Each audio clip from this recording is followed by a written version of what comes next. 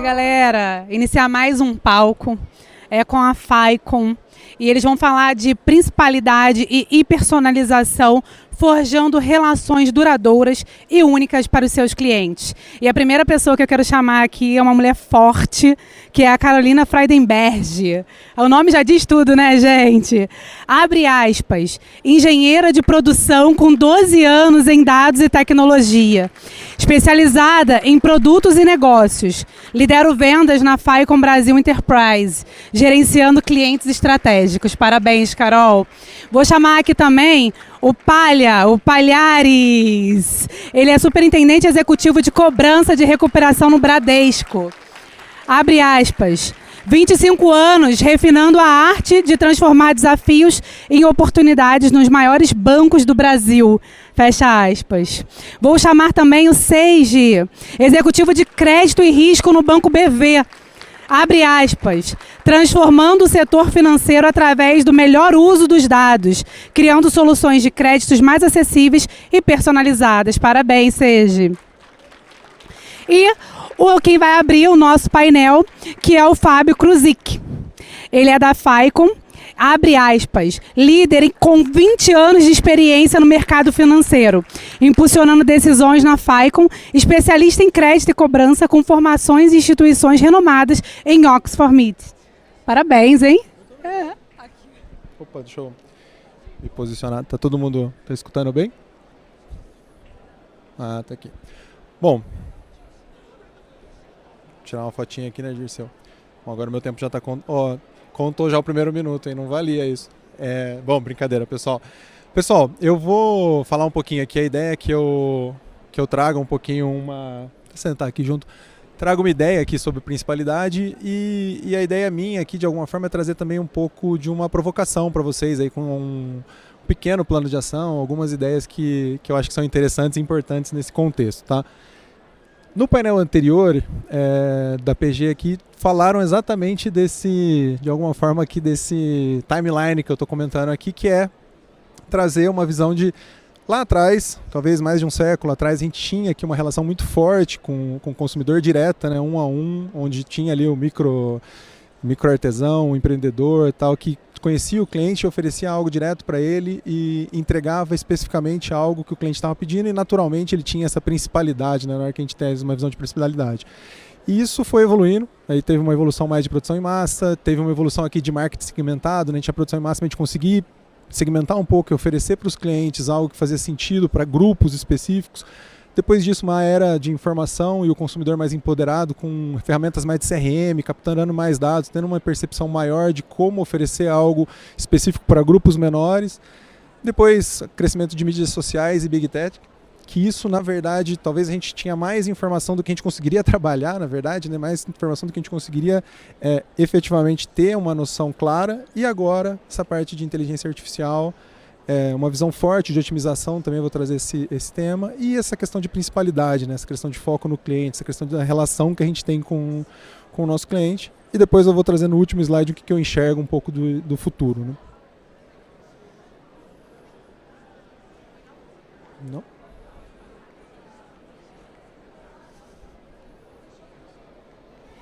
Será que na hora que eu passar várias vezes, tá bom, eu te falo.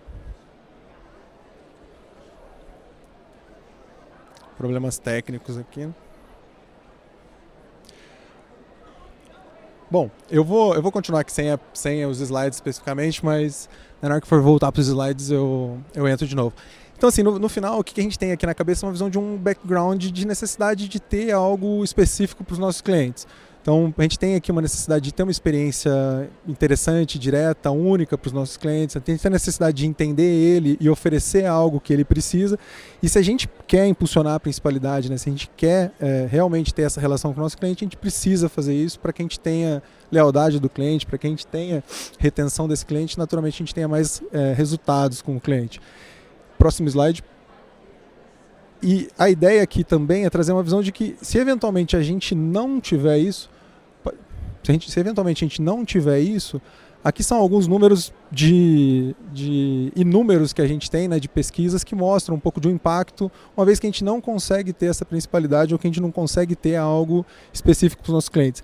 Esses números são interessantes, o 57% é uma pesquisa do Google do ano passado que fala de 57% dos adultos bancarizados de classe A a D considerava de alguma forma mudar o banco principal. Essa mesma pesquisa falava de alguma coisa de 4 contas por cliente e de ter uma visão de 2 bancos principais. Então, naturalmente, é importante a gente olhar e falar, cara, os clientes têm uma perspectiva ou uma tendência a mudar de banco, buscar alguém que entenda ele melhor.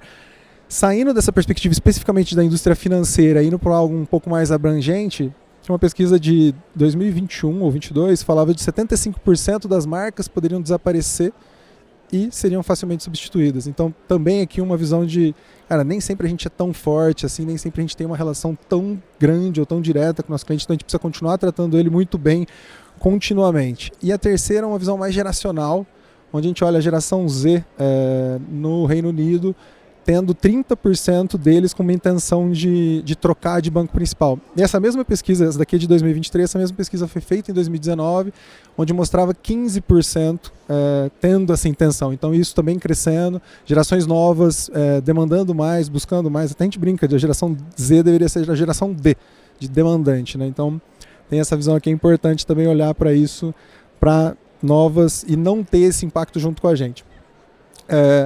E aqui a provocação que eu queria trazer, né, e a gente vai falar um pouco sobre isso, é a visão do que a gente pode fazer, né? Isso não é exaustivo, obviamente, né, não é algo só isso resolve, mas isso são ideias aqui e, na minha visão especificamente, perspectivas muito interessantes de serem trabalhadas na hora que a gente quer ter uma relação melhor com o nosso cliente. Primeiro ponto, hiperpersonalização, depois otimização e estratégias digitais. Hiperpersonalização, aqui uma visão, não vou entrar no detalhe do slide, mas é uma visão interessante onde a gente mostra o que seria, né, o contexto de hiperpersonalização na visão nossa da FICO, né? Então, é sair um pouco de uma visão, talvez uma perspectiva de behavior, uma perspectiva de score, sair de uma dimensão única que a gente olha o cliente e ir para uma dimensão onde a gente consegue olhar o cliente em vertentes distintas. Então, cara, parte de risco, sem dúvida, uma parte de marketing, uma parte transacional, entender o ciclo de vida, que momento que ele está e como fazer isso, né? Aqui do lado esquerdo do slide mostrando todos os dados que você tem no dia a dia hoje dentro das instituições, então os dados estão disponíveis. Sair de uma perspectiva também de olhar isso em ciclos ou olhar isso em meses e olhar isso diariamente, até se eventualmente quiser mais, mas a gente tem casos já, resultados reais, olhando isso diariamente, avaliando o cliente diariamente, entendendo ele diariamente novamente o que pode ser feito com ele, e também a parte de Open Banking, dados externos, né? Você conseguir também trabalhar não só com os dados que você tem dentro de casa, os dados externos também. Aqui alguns números do lado esquerdo, os 17%. No caso da FICO, os dois primeiros aqui, né, 17% de limites adicionais utilizando os dados que você tem dentro de casa e dados de Open Bank para os clientes atuais. Então, trazer dados transacionais para dentro desse processo, você conseguiu ter 17% de limite incremental sem aumentar o risco. E o outro, que é talvez até mais interessante, que é o 60% dos clientes que não tinham nenhum histórico prévio de crédito, você não tinha nenhuma experiência de crédito com esse cliente, para 60% dos caras, olhando os dados de transação, de movimento de conta transacional, você conseguiu ofertar para ele um limite pré-definido. Então, super interessante você conseguir entender e oferecer algo melhor para o cliente. Do lado direito, dados de Open Banking, aqui uma visão mais de Open Finance. Um estudo da Strategy, da PwC, mostra que o valor que está na mesa, utilizando os dados de Open Banking, é alguma coisa por volta de 42 bilhões de reais até 2026. Então, curto espaço de tempo aqui, um valor gigantesco, se a gente conseguir entender melhor o cliente e oferecer coisas melhores para ele. E o outro que eu realmente fiquei impressionado, mas eu achei que seria interessante trazer aqui, que num estudo da Bom para Crédito, mostrando que 61% dos clientes que eram negados e aceitaram dar o consentimento de crédito, 61% dos caras reverteram uma proposta negada para aprovado. Então, o cara dá abertura para você estudar ele melhor, você consegue oferecer algo melhor e eventualmente aprová-lo.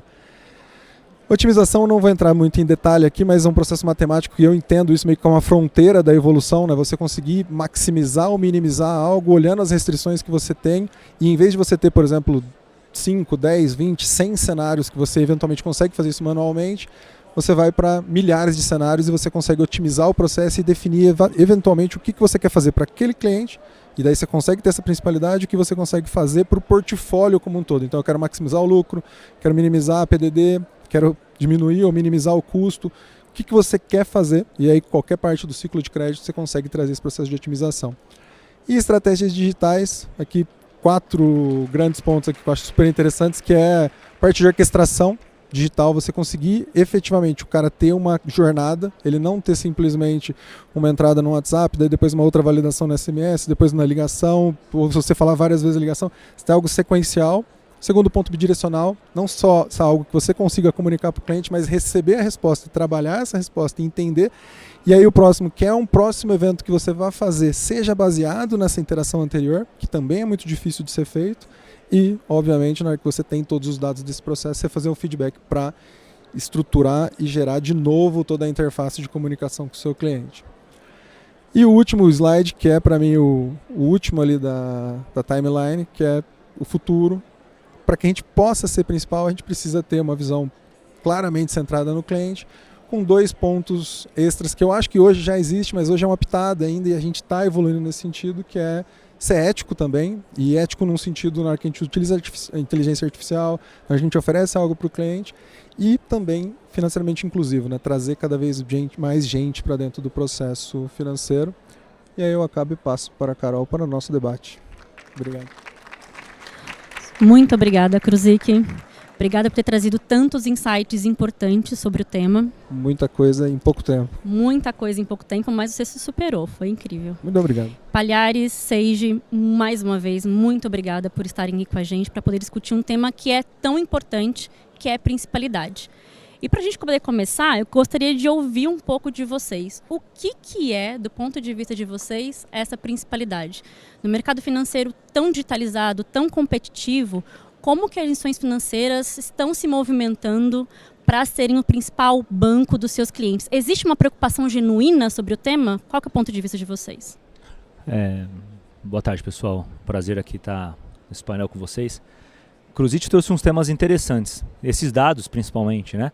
Muitas vezes a gente fala de principalidade, a gente não tem muita noção se o cliente está disposto a mudar ou não está. Tem um feeling de que realmente existe isso. A gente vê, de fato, uma competição muito maior hoje em dia. Fato. Né? O cenário digital, com bancos digitais, fintechs aparecendo, acho que ajudou a destravar muita coisa, traz uma necessidade de inovar até para os bancos incumbentes, acho que para todo mundo. Isso é válido. A indústria cresce, né? E a gente volta naquele ponto, o que é a principalidade em si? A gente entende aqui que a principalidade é a instituição financeira conseguir estar presente nessa jornada do cliente, em cada um dos momentos, cada vez mais. Então assim, beleza, hoje o cliente tem mais de um banco principal, tem 2 bancos principais e eventualmente outros bancos que ele se complementa. Então como que esse banco pode estar presente na maior parte do dia a dia da pessoa, né? E dos momentos que ela precisa de alguma coisa. Então acho que esse é um grande desafio, não é simples, acho que não é simples. Também acho que tem um ponto relacionado a isso, que cada instituição precisa entender qual é o seu nicho, qual é a sua proposta de valor. Acho que é muito difícil, até para os bancos incumbentes, conseguirem competir com o mesmo nível de qualidade em todas as frentes. Então assim, o fato de você conseguir ser nichado também pode te dar uma possibilidade de avançar mais na participação da vida da pessoa. Né? Acho que a gente pode até falar um pouco mais disso ao longo do painel. E eu acho que como desafio, você mencionou, existe uma preocupação genuína da indústria de buscar a principalidade. Da gente sair daquele modelo transacional, de olhar eventualmente até uma foto, quando a gente olha do ponto de vista de crédito e cobrança, olhei uma foto, olhei o score da pessoa, não. Eu saio daquela foto, daquela transação e passo a ter um olhar um pouco mais de filme, um pouco mais completo, né, de cada pessoa. Então isso também é um desafio para a indústria. E para você, Palhares? Bom, boa tarde a todos, um prazer estar aqui com vocês. Aproveitando aqui um pouco do que o Sérgio falou, né? Então, assim, quando a gente está falando de principalidade, a gente tem 2 aspectos, né, que a gente tem que olhar. Então, a principalidade na visão da empresa, na visão do cliente. Com certeza, na visão do cliente, quem que é o principal dele é aquele que está atendendo ele melhor, de forma mais personalizada, que ele se sente mais único naquele atendimento. Do lado da empresa, vai depender da empresa. Então, assim, se é uma empresa que tem um produto, tem, sei lá, cartão de crédito, com certeza a principalidade para ela vai significar se o cliente concentra o uso de cartão de crédito com ele. Como você falou, no caso dos bancos incumbentes, né, que é o banco que eu estou, a gente tem muitas frentes, então tem muitos campos de batalha ali para você ver e para você, na visão do cliente, conseguir entregar aquele melhor do que para que ele espera, para aquela dor, para aquela necessidade que ele tem. Então, uma forma que a gente tem, e aí passa pelo ponto que é difícil, mas assim, a gente quer batalhar por isso, é a gente conseguir realmente hiperpersonalizar a oferta para o cliente, entregar aquilo que ele necessita, atender aquela dor. A gente vai falar um pouco mais sobre isso ao longo do painel, né, justamente para ver como que a gente faz isso, quais são os passos que a gente tem que dar para fazer isso. Então, tem uma boa discussão pela frente. Perfeito. Quer colocar algum ponto, Kruzik? Sim, é difícil colocar depois deles dois, né, trazendo tudo isso, mas tem algumas questões, né, do pessoal tentar mensurar o que é principalidade, né, num contexto mais tipo, unitário, e daí você pode olhar, cara, de transações, o banco que o cara mais transaciona. Tem uma discussão até de tempo de tela. Você olhar e falar, cara, quem que pega mais a tela do cliente e consegue fazer com que ele tenha maior relação ali. Tem uma questão que talvez o Sage trouxe também, que aqui é meio que uma questão de Bank as a Service, na hora de você olhar e falar, cara, eu sou específico nesse produto, vou fazer esse produto bem e vou entregar isso, e independente de onde ele estiver com a visão de Open Finance, ele vai conseguir usar o meu produto utilizando outro app. Então, eu ser o principal para aquele produto específico, para aquele nicho que eu quero atuar. Então, tem questões distintas, é difícil você mensurar aí, assim, você ter uma clareza, né, de qual que é a definição exata. Agora, o final de principalidade é você atender ele bem. Eu tentei trazer de alguma forma um pouco essa visão de, cara, você ter algo que é hiper personalizado, ou ao menos bem personalizado, você ter algo que no final você consegue oferecer algo específico para o seu cliente, num contexto que você tenha a melhor rentabilidade, o melhor resultado que você espera para o seu portfólio, que é uma visão de otimização, e você consiga conversar bem com o seu cliente, né, ter essa comunicação adequada com ele. Mas vamos falar mais aí sobre o tema. Muito obrigada. E eu queria comentar que, assim, no mercado onde a gente tem os nossos clientes aí numa média de 4 bancos diferentes, sendo clientes de 4 bancos diferentes, a busca pela principalidade, ela é uma jornada evolutiva. O Sage, na fala dele, ele comentou sobre alguns desafios, mas eu entendo que também existam oportunidades nessa jornada. Você quer comentar um pouco, Sage? Vamos lá. As oportunidades que eu enxergo, elas estão muito associadas ao entendimento da proposta de valor da sua instituição, né? Acho que passa por aí. Passa também para a gente conseguir conectar melhor nossas ofertas, conversar melhor a experiência em cada um dos novos touchpoints. Vou fazer um paralelo com o que a gente está acostumado no dia a dia, por exemplo, do BV, né? A gente, como principal produto que nós temos lá de talvez o primeiro touchpoint de um cliente nosso, de um cliente novo nosso, está no momento que ele vai comprar um carro e ele busca uma solução de financiamento. Ele não baixou um app ainda, ele está procurando, foi num lojista e teve um primeiro contato com o BV ali. Acho que ali é o modelo transacional que eu mencionava. Acho que o desafio, e que a gente enxerga como uma baita oportunidade, é a partir daquele momento, como eu entendo aquele cliente, como eu trago uma melhor experiência para eu conseguir conversar com ele através de outros canais. Acho que hoje em dia o aplicativo do seu banco, né, ou de diversos bancos, ele diz muito. Então, assim, como é que eu poderia engajá-lo mais, entendendo esse cliente a partir dessa primeira transação, que no fundo praticamente tudo inicia-se através de uma transação. Mas aí é justamente esse desafio que eu enxergo como uma baita oportunidade. A gente sair do transacional ou partir do transacional e criando novas relações com ele. Então isso parte por uma experiência melhor, por uma comunicação melhor. Acho que a simplificação do jeito que a gente conversa com o cliente também diz muito, né? E entender o que você faz. No BV a gente é uma casa de crédito, então eu preciso realmente ser muito mais contextual do ponto de vista de crédito e entregar isso da melhor forma. E de repente conseguir emplacar algumas outras coisas dentro desse nicho que a gente atua. Então acho que o desafio que eu enxergo é um pouco nesse caminho. Legal. Nesse contexto que você trouxe, né, da comunicação, assim, a gente tem discutido muito com clientes e entendido cada vez mais nesse caminho que cara, dentro da mesma instituição você tem pessoas e grupos que têm conhecimento distinto, que têm um nível de profundidade distinta, e a comunicação que você vai fazer entre esses grupos precisa ser adequada para que funcione. Esse ponto da comunicação é super importante e é tão complexo quanto você entender que tem grupos distintos e entender como se comunicar com esses grupos e fazer com que ele entenda no final a mesma mensagem que você quer passar, mas vai passar de forma diferente, né? Um ponto super interessante. Muito bom. E Fábio, aproveitando a sua fala, queria aproveitar aqui Você falou sobre hiperpersonalização. Aqui a gente está cheio de palavras difíceis hoje, né? Principalidade, palavras da moda, né? hiperpersonalização. A gente está cheio de buzzwords aqui hoje. Mas eu queria entender um pouco assim, do seu ponto de vista, como que a hiperpersonalização pode ajudar a entender e antecipar necessidades dos clientes. E gostaria também de entender se você pode compartilhar com a gente como que a FICO tem ajudado os nossos clientes, bancos, segmento de varejo, a estabelecer estratégias hiperpersonalizadas para os seus clientes. Com prazer. Assim, a questão da FICO, a forma como a FICO tem trazido isso, né, e tentado ajudar os clientes a conseguir ir para esse processo de hiperpersonalização, talvez sejam 2 grandes pontos, né? O primeiro é você ter uma plataforma única onde você consiga ter todos os dados do cliente. Então, desde fraude até originação, gestão, cobrança, você tem um pool de dados onde tudo vai estar de alguma forma ali junto. Óbvio que não vai estar especificamente junto, mas você vai ter acesso e, naturalmente, todos os estudos e os desenvolvimentos que você faz em cada uma das etapas, você consegue reutilizar em outras, então você consegue ter uma visão íntegra do cliente como um todo. O outro ponto é você buscar, de alguma forma, estruturar de uma forma mais simples, conseguir trabalhar com altos volumes de dados, com dados transacionais.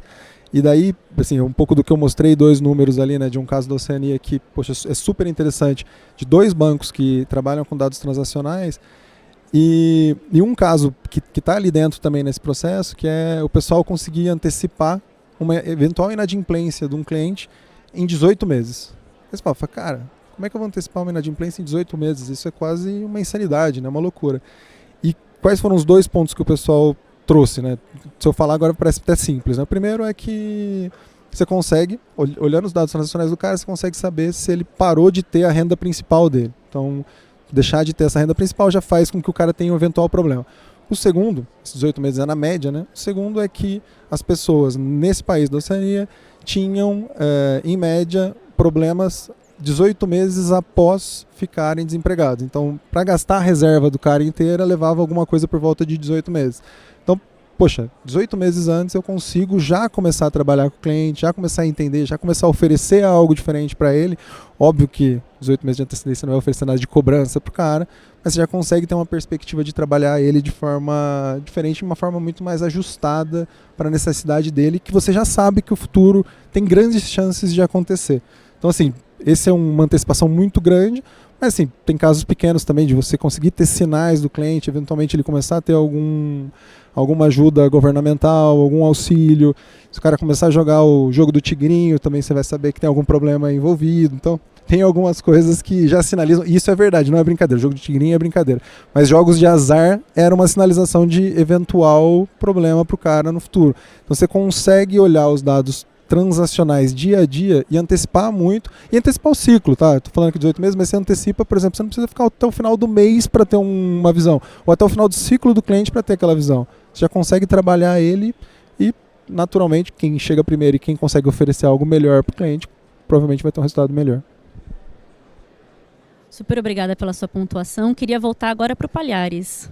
Palhares, dados todos os seus anos de experiência e hoje à frente de uma das principais áreas do banco, de um dos maiores bancos do país, queria ouvir de você. A gente tem hoje uma oferta gigantesca de dados, agora a gente está entrando com dados transacionais, de Open Finance, mas como trazer isso tudo para a prática, né? E como aplicar realmente hiperpersonalização e otimização? Quais são os desafios que você enxerga nisso e também as oportunidades? É mais fácil, seria mais fácil se a gente tivesse um aviso de 18 meses antes, né? Mas a gente não tem aqui no Brasil. Logo. Mas assim, eu passaria aqui, acho que são muitos passos, né? Quando a gente está falando de realmente hiperpersonalizar, acho que são muitos passos, mas para simplificar aqui eu vou citar 4 passos que eu acredito que são muito importantes para a gente fazer isso. O primeiro é a gente trabalhar com dados, entendendo o perfil do cliente. O segundo é a gente entender o contexto. O terceiro é você conseguir se comunicar com aquele cliente de uma forma clara. E o quarto é você fazer a oferta para o cliente. Né? Então, na parte que a gente tem ali de dados, você tem um desafio enorme, você tem os big data, você tem um monte de informação, tem informação importante, tem informação que te leva a caminho errado, então você precisa entender isso, você precisa entender dados de perfil, dados transacionais, dados comportamentais do cliente, para você conseguir formar o perfil do cliente e entender qual cliente você vai segmentar, como que você vai nichar esse cliente, como que você vai atender. Com isso, não basta isso, né? Porque muitas vezes o momento, o contexto que você vai fazer oferta para o cliente faz diferença. Então, assim, se você pegar, por exemplo, vou usar um exemplo mais fácil de entender aqui, né? Então, se você receber uma oferta de alguma coisa para você jantar quando você está com fome, é muito melhor do que você receber quando você não está com fome, né, gente? Então, assim, é diferente. Então, assim, você tem que acertar também esse momento. Então, assim, para acertar momento, você precisa de informação em tempo real. Não é informação de batch, não é informação de dias anteriores, é informação ali do momento. É super importante. E aí, entendendo estas duas coisas, você vai ter que ter um insight de como você se comunica com o cliente para ter algo claro, para ter algo que chame a atenção dele e que desperte o interesse em ele entender a sua proposta. E aí você vai chegar no momento da proposta. Com a proposta também com isso, né? Você tem que intuir ali e ver para aquele cliente qual que é o melhor tipo de oferta para ele chegar naquele momento que seja, uau, isso foi feito para mim, isso é o que eu precisava. Então, se for na cobrança, que é o que eu trabalho, desse jeito eu consigo pagar, desse jeito faz sentido, eu não me sinto extorquido pelo banco, que muitas vezes acontece, né? Então, é muito interessante você entender isso. Para conseguir fazer isso, também você precisa ter uma capacidade de testar, porque você vai intuir comunicação, vai intuir oferta, mas você vai errar pra caramba. Então, assim, como que você acerta, como que você ajusta isso? Testando. Então, você tem que ter uma capacidade de testar, de desafiar e desafiar as crenças, né? Porque a gente, cada um vive um contexto. Por mais que a gente tenha diversidade nos times hoje em dia, é super importante, você nunca vai ter o contexto de todos os clientes. Então, você precisa testar coisas diferentes, fazer diferente. E, aliás, modelo, né, o que é? Ele te dá uma resposta, uma probabilidade que se você fizer o mesmo que você fez no passado, você vai ter o mesmo resultado. Mas ninguém disse que se você não fizer diferente, você não vai ter uma resposta diferente. Então a gente tem que desafiar também os modelos estatísticos nesse sentido. Tá? Aí, assim, o ambiente é complexo, né? Não é um ambiente simples, porque você vai ter muitos microsegmentos, muitos tipos de comunicação diferentes, muitos tipos de oferta para você linkar. Como que você faz isso? Aí entro aqui me apoiando no que o Fábio apresentou aqui, né? Você precisa de otimização, você precisa de algoritmos que te permitam fazer aquilo que você precisa. Então você precisa aplicar isso para conseguir otimizar e chegar no melhor resultado. E aí você tem condições de batalhar em muitas frentes pela principalidade do cliente com isso. É importante até trazer que essa visão de otimização implica necessariamente no processo de fazer um Champion Challenger, de testar inúmeras variáveis e testar ações e reações para que daí você consiga otimizar. Exatamente o que você está trazendo. Senhor Fábio, eu vou compartilhar com você que eu, como consumidora, eu gosto muito dessa abordagem do Palhares, de você entender o cliente, ter a estratégia correta com o cliente, saber segmentá-lo da maneira correta, para poder oferecer o produto correto pelo canal correto, acertar o time, né, que é super importante. Mas eu, como consumidora também, eu gosto dessa ideia de jornada otimizada, né, com o banco, mas eu também valorizo muito, e coloco isso na ponderação das análises de banco que eu faço, a questão da segurança, que eu acho que é super importante também. Do seu ponto de vista, como que a hiperpersonalização e a análise dos dados podem ajudar na segurança e na confiança dos clientes? No final, assim, o contexto é muito parecido, né? Na hora que a gente olha numa visão de crédito ou de cobrança, a gente entende ali o perfil, entende o que aconteceu, entende a probabilidade daquilo acontecer e tenta atuar dentro disso. E aí, como o Palhares comentou, cara, vou fazer Champion Challenge, vou fazer testes, vou tentar evoluir e vou estar sempre, de alguma forma, desafiando o que eu estou fazendo aqui. A fraude é exatamente isso, mas ao contrário, né, de alguma forma. Porque você vai entender qual que é o perfil do cliente e você vai tentar entender tudo que é diferente do que aquele perfil. O que é uma anomalia dentro do processo, né? O que ele não faria? Essa compra que ele está fazendo aqui, que ele está transacionando o cartão, está fazendo um Pix, ele faria isso ou não faria? Esse valor que ele está fazendo, ele está transacionando, faz sentido pelo perfil dele? Não faz. Esse valor faz sentido para o estabelecimento que ele está fazendo, no momento que ele está fazendo? Não faz. Outros estudos interessantes também, na hora que você olha nesse lado de analíticos, e talvez não seja hiperpersonalização, mas analítico é olhar e falar, essa conta que está recebendo esse dinheiro, é uma conta que faz sentido receber esse dinheiro, não simplesmente mais só a sua movimentação como consumidor, mas na hora que você faz um Pix, por exemplo, a conta recebedora, essa conta faz sentido?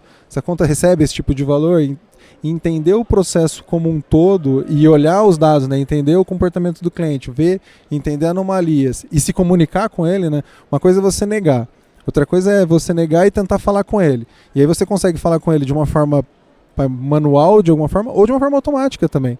E aí você mandar uma mensagem para ele, tentar entender, na hora que você acha que é uma fraude, ter uma comunicação adequada com ele nesse processo. Então, você, no final, é muito parecido com isso, envolve muito inteligência artificial, envolve muito tratamento de dados, envolve teste e tudo mais, mas assim, é olhar o lado contrário, né? Olhar anomalias e tentar não deixar que passe anomalias, mas pensando sempre na experiência do cliente, que no final, se você tem uma compra negada, naturalmente você vai sacar o outro cartão dos 4 que você tem, e cara, então eu vou usar o outro. Então, também ter a questão do falso positivo é tratar isso, né? É importantíssimo no processo de fraude. Mas assim, isso é super interessante, assim, é um mundo que eu tenho cada vez mais me aventurado, principalmente com a imensidão de fraudes que estão acontecendo, de scans, de golpes, né? Então, assunto interessantíssimo. Aqui, né, Fábio, do mesmo jeito que a gente tem cientista de dados, né, analisando muitos dados, os fraudadores também têm a mesma coisa, né? E aí eles têm, talvez até uma vantagem, que eles não estão preocupados com compliance, né? Então, a gente tem um desafio grande aí, realmente é interessante, né? E aí, muitas vezes, esses caras estão tentando fazer aquela fraude parecer muito com o cliente, né? E aí você tem que pegar pequenas sutilezas, que são detalhes muito, muito micro para você tomar essa decisão. E o fato de você conseguir ter um canal aberto com o cliente, de contatar, de confirmar com ele, é extremamente importante. Isso também tem que ser muito rápido, né? Duas coisas assim interessantíssimas nesse contexto. Por exemplo, o fraudador pode usar um chat GPT, porque se eventualmente ele falar alguma bobagem, paciência, vai pro próximo, eu tento fraudar o próximo. Cara, a gente não pode. Porque se eventualmente tiver alguma coisa ali que está errada, então assim, o fraudador tem alguma vantagem que ele pode errar muito mais do que a gente pode, né? O outro ponto é, cara, essa sutileza, na hora que a gente fala do cara tá sendo fraudado efetivamente, cara, tranquilo, você vai tentar olhar ali o perfil do cara, alguma coisa. O problema ainda é na hora que é um golpe, que daí é o cara mesmo fazendo. Tipo, é ele fazendo a transação e você tentando convencê-lo de que ele não deveria fazer aquela transação. Então, assim, tem duas questões. Uma questão é conseguir perceber que é o golpe, e outra é, cara, como é que eu chego pro cara e falo pra ele que, avalie melhor essa transação, entenda melhor o processo que está acontecendo, conversar com ele de uma forma amigável para que ele eventualmente não faça, ou faça um double check ali para que aquilo não seja um problema futuro, né? Mas boa ponderação. E Seiji, queria comentar uma coisa com você. No mercado e com o consumidor cada vez mais digitalizado, acionar esse consumidor pelo canal preferido, num horário preferido, muda completamente a relação da instituição com o consumidor, né? Então eu queria te perguntar, quais são os principais obstáculos nessa jornada e de que maneira a integração de canais omnicanal pode melhorar a experiência do cliente e a sua fidelização? Acho que esse ponto aqui, um pouco desses nossos testes, porque assim, aqui também vai muito no tema de teste, né? Acho que aqui a gente está com colegas de crédito e cobrança e acho que a gente vive o tema de testar desde sempre, né? A gente fala muito hoje de AI ou Gen AI, só que muita coisa de AI a gente já vive há décadas, talvez, né? Quando a gente constrói modelos. E hoje a construção de novos modelos de negócio passa muito por testar coisas, né? Então, assim, eu acho que a gente tem muito no nosso dia a dia para contribuir com a evolução de cada negócio.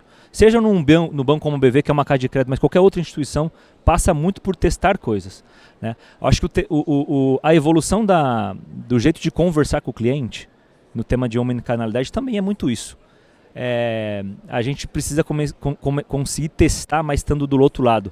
A gente constrói, às vezes, um grande arcabouço de canais com uma visão de quem está dentro de casa ou dentro do banco e talvez não é a melhor experiência que o cliente precisa, né? Ou a gente talvez não consegue integrar da melhor forma um canal inicial, ou naquele exemplo que eu dei anteriormente, o primeiro touch point de um cliente com o BV, que é na compra de um carro, não consigo eventualmente conectar e conversar com ele nos demais canais. Talvez eu não consiga nem convencer ele a baixar o app do BV para fazer alguma outra coisa, né? Então, esse teste da gente entender o que o cliente precisa e conectar a nossa proposta de valor com uma necessidade dele, através de muitos dados, eu acho que é um grande desafio. Não só para o BV, mas para a indústria inteira. Então aqui vai muito o tema de teste. Eu acho que o tema de olhar a comunicação como um todo, ela passa obviamente por ter uma boa arquitetura, infraestrutura, ter dados, ter estabilidade, mas ela passa muito por testar a experiência. Eu acho que esse é um ponto talvez essencial dos desafios que a gente tem que buscar. Pô, como que eu testo a experiência? Talvez é uma coisa que a gente, como indústria, precisa pensar mais, né? Pô, você vai testar a experiência, você vai debater com o cliente se aquela proposta de valor faz sentido ou não faz, né? Se eu estou entregando a próxima oferta, né? Ou a próxima melhor serviço ou produto para ele, é realmente aquilo que ele precisa naquele momento, né? Isso pode ser um produto de crédito, pode ser, às vezes, até um alívio de um fluxo de caixa dele renegociando enquanto ele está em dia ainda, né? Então, acho que esse tema, Carol, a gente precisa evoluir no tema da omnicanalidade / experiência, não só do tema da experiência em si, dessa parte qualitativa, mas isso ser muito baseada em testes, em dados. Acho que aí sim a gente começa a ver uma evolução muito grande. Adicionando só um ponto assim, cara, concordo 100% com isso. E eu enxergo um lado também de tecnologias, né, de possibilidades que a gente consegue fazer, estruturação. Eu ouvi uma frase, talvez seja uma frase meio batida, que é: se houvesse backlog, o mundo não seria feito em 7 dias, né? Que é, cara, as empresas têm backlog, têm uma estrutura, é difícil você mudar tudo, você conseguir fazer uma integração de tudo, tal. E nesse contexto, na minha visão aqui, também traz de alguma forma uma experiência difícil para o cliente, porque você tem lá sistemas nichados, você tem uma validação distinta. Quem nunca teve que ir lá e falar seu nome, CPF, nome da mãe, signo, 3 vezes, né, num processo? Fala, cara, é um processo difícil. Ao mesmo tempo, é o caminho que a gente está tentando fazer de simplificar isso, fazer algo mais simples, mais fácil, mais direto, tal. Eu queria trazer, assim, agregando a tudo isso, essa visão de tecnologia, né, esse desafio que é você simplificar o processo e ter todas as informações de uma forma única ali na mão para poder conversar com o cliente diretamente, né? Sem uma fricção, sem ele perceber que você tem que ficar fazendo validações em vários pontos. Eu vou até adicionar um tema e depois, Palha, você complementa. Eu vejo uma coisa assim, eu adicionaria até um outro tema do desafio / complexidade no dia a dia do nosso negócio, né? E eu acho que isso vale para qualquer tamanho de instituição, mesmo que ela tenha às vezes até um produto ou 2, né? Além da evolução de infraestrutura, ter dados disponíveis, que isso é uma grande barreira algumas vezes, né? Tem a mudança cultural em si, né? Eu acho que a gente vive em instituições onde você tem uma mudança cultural, de sair daquele modelo onde você tinha um head de um produto e olha aquele produto para conseguir ter uma visão do cliente. Assim, todo mundo sabe que é importante, mas é muito difícil de você executar, porque você precisa passar por uma mudança cultural e algumas vezes até organizacional. Então acho que isso é um desafio adicional. Talvez o cliente não percebe isso, talvez perceba quando ele é mal atendido, né? E não entende por que ele vai falar 3 vezes o nome dele, o CPF. Mas essa questão do jeito que você está estruturado, do jeito que cada executivo da sua instituição pensa, não só no seu produto, mas no cliente, é só assim que você consegue resolver, né? E eu acho que talvez esse seja um dos grandes desafios da nossa indústria, né? Concordo aqui, Sérgio. Acho que a gente tem como organizações, e talvez quanto maior a organização, maior essa tendência, né, de áreas dentro da organização se distanciar do cliente, né? Então, assim, você está muito longe, né? Então, assim, quando você tem uma empresa menor, que todo mundo está próximo do cliente, está sentindo a dor, está vendo, ele consegue dar um atendimento do cliente. Agora, organizações maiores, isso fica mais difícil, porque você acaba componentizando as funções e aí muitas vezes as pessoas não se falam e estão distantes do cliente, né? Então, acho que tem uma mudança cultural, uma mudança da metodologia, né? Acho que de trabalho, acho que a metodologia ágil aplicada não só a processos de tecnologia é algo que nos traz para ter essa visão um pouco mais próxima, mais holística do todo para você entregar uma solução unificada, né? Acho que tem essa mudança comportamental de forma de falar, de pensar e de trabalhar nas organizações que é importante e acho que a gente está no meio desse caminho e vamos chegar lá, né?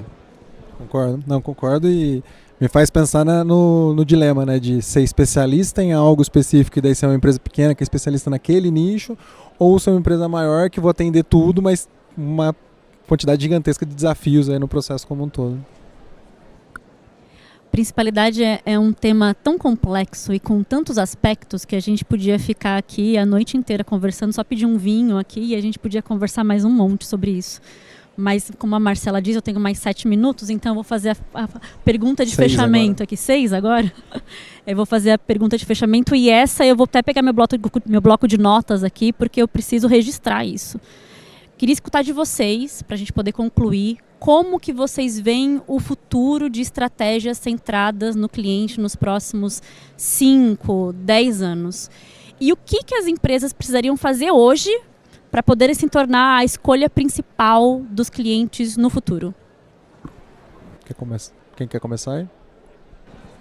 Bom, já que o Seiji me elegeu aqui para ser o primeiro, eu serei. Livre, bancos maiores. espontânea Aquele pressão. negócio, né?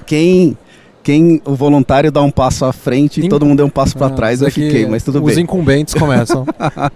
Mas vamos lá, gente. Assim, acho que tem 2 pontos aqui. Então, eu vou falar tudo que a gente está falando aqui, que é super atual, super moderno, talvez seja muito do mesmo que eu escutei quando eu comecei a trabalhar lá 25 anos atrás, tá? Então, assim, tem algumas coisas que elas são essenciais e eu acho que pouco disso vai mudar. Então, assim, a importância que a gente está falando de entender o cliente, segmentar, entender, saber conversar, falar a mesma língua que o cliente, você conseguir testar, etc., ela vai continuar o mesmo. Então, essa metodologia, eu acredito que ela vai ser perene e ela continua. Mas a gente tem a tecnologia que ela vem evoluindo e cada vez mais a gente acha que não tem nenhuma novidade tecnológica que vai aparecer, mas vai aparecer mais coisa. Então, assim, vai aparecer novidade e aí, assim, se a gente tinha um backlog, né, se a gente não tinha, ele vai existir no futuro porque vai mudar a tecnologia. Então, assim, é importante a gente conseguir identificar isso e rapidamente responder. Acho que a gente está num momento, talvez, que o planejamento talvez seja menos importante do que a capacidade de executar rapidamente e se adaptar ao ambiente, né? Então, acredito que a gente tem que desenvolver cada vez mais essa habilidade. Essa é uma... Acho que no nosso... Eu vou falar um tema aqui que é relacionado a marcas, inclusive. Acho que na nossa indústria, talvez diferente de outras, né? Ainda você tem um peso muito forte das marcas, né? De ter confiança, porque assim, você está mexendo com a vida financeira das pessoas. Mas acho que à medida que as gerações vão passando, talvez as novas gerações vão ter menos apego a essa marca. As marcas em si, né? E vão ter mais apego à experiência. Se eu fui bem atendido, eu continuo lá. Se eu não fui, eu uso outro cartão. Se outro me deu algum outro benefício ou ajudou a minha experiência no aplicativo, de repente eu migro, né? E a gente foi vendo casos de sucesso no mercado, de novos players entrando e conseguindo realmente crescer e dominar por um tema de experiência, né? Então, assim, como que a gente foca em continuar fortalecendo as nossas marcas, trazendo o tema de confiança, mas também com essa preocupação do que eu entrego e como eu atendo o cliente. E como é a experiência que eu dou para ele. E acho que esse tema de como é a experiência que eu dou para ele, ela está muito associada à nova tecnologia, também acho. Vai mudar muita coisa ainda. A gente está assim, num momento onde tudo acontece muito rápido, né? Então, e vai continuar acontecendo mais rápido ainda. Então, esse é um outro ponto. E eu acho que, para finalizar, a gente só vai conseguir chegar lá se quem tiver no nosso dia a dia, nas nossas empresas, também tiverem com essa cabeça aberta para fazer coisas diferentes, né? Ainda a gente está, acho que num momento de transição, onde a gente tem muitos bons profissionais que conhecem dos fundamentos, que conhecem de tudo, e falam assim, realmente isso aqui está dando certo. E você tem uma geração chegando e fala assim, isso aqui está dando certo, mas pode ser melhorada. Daqui a alguns anos, talvez você vai ter mais essa geração de que está pensando em melhorar cada vez mais toda hora. Então, como que a gente traz isso para o nosso contexto, né? Como banco, como fintech, o que for. Então, acho que esse é um desafio muito grande ainda, né? Mas eu acredito que com tecnologia e com pessoas com uma cabeça diferente, a gente tem tudo para conseguir, pelo menos, competir melhor. Cada um no seu nicho, competir melhor em busca da principalidade, né? Difícil agora, né? De novo. Cara, assim, eu concordo com vocês dois. Eu acho que essa questão que o Palha trouxe de, cara, a gente vai manter essa visão que a gente tem hoje, de testar, de analisar os dados, tudo mais. Sem dúvida, eu entendo isso da mesma forma. Esse ponto de nova geração, de paradigma, hoje já é muito testado, né? Você trazer pessoas de outras indústrias, tentar fazer com que você tenha visões distintas dentro do processo financeiro e tal, já é algo que é acreditado já, né? Então, acredito que no futuro vai ser mais intenso ainda. eu acho que tem uma questão muito forte que eu trouxe na apresentação também dessa visão de ética e a gente tem cada vez mais regulações voltadas à inteligência artificial, tem estudos muito fortes, assim, a gente como FICO tem se posicionado muito fortemente, o nosso Chief Analytics Officer, que é o Scott Zold, tem dado inúmeras palestras sobre inteligência artificial, precisa ser ética, precisa ser rastreável, precisa ser explicável. Mais importante ser explicável do que o poder de segmentação que a inteligência artificial tem, para que você consiga utilizar isso de uma forma que você consiga explicar para o cliente por que você deu qualquer decisão que deu. E junto a isso tem para a inteligência artificial a parte de regulação que está vindo, mas assim, tem regulação para várias outras coisas, tem regulação para comunicação com o cliente. No Brasil ainda talvez não seja tão intensa, mas a gente vê em outros países da América Latina a regulação apertando muito como você pode se comunicar, quantas vezes você vai se comunicar, e se você não se comunicar adequadamente, você não vai conseguir comunicar de novo até a semana que vem. E isso vai também fazer uma mudança muito grande. Acho que isso vai trazer uma perspectiva distinta com os clientes. E por último, eu acho que assim, cada vez mais a gente precisa, que eu trouxe ali de financeiramente inclusivo, é meio que uma quebra de paradigma. Você falou isso de outra forma, mas para mim, assim, a gente parar de olhar que as nossas barreiras são talvez a tecnologia, e eu falei sobre tecnologia aqui com barreira, mas parar de olhar que a barreira é a tecnologia, que a barreira é o nosso conhecimento, que a barreira é isso, e estar próximo do cliente, o Palhares falou isso também, né? Estar próximo do cliente e entender o que gera valor para ele. Se isso gera valor para ele, essa é a barreira, tipo... Se não gera, a gente não vai fazer. Se gera, a gente vai fazer. Agora a gente vai entender como é que a gente vai fazer esse negócio e voltar para dentro de casa. Então, assim, eu olho para mim dessa forma de, cara, eu preciso sair da minha cadeira, ir lá conversar com os clientes, estar próximo, entender o que está acontecendo, que não acho que é fácil, né? Então, acho que tendo o futuro aí de principalidade vai ser uma batalha difícil e dura, e difícil ser alguém o principal, mas evoluiremos e estamos evoluindo, né? Evoluiremos bastante aí nesse caminho. Bom, mais uma vez, muito obrigada. É assim que a gente finaliza o nosso painel de hoje. Quero agradecer ao Cruzic, ao Seiji, ao Palhares, por estarem aqui compartilhando o conhecimento, experiência, a vivência de vocês com a gente. Quero agradecer também ao público que esteve conosco. Espero que tenha sido tão rico para vocês quanto foi para mim. E qualquer dúvida, mais informações, vamos continuar esse papo sobre principalidade? A gente também está à disposição de vocês. Muito obrigada. Boa noite para vocês. Valeu, boa noite. Obrigado.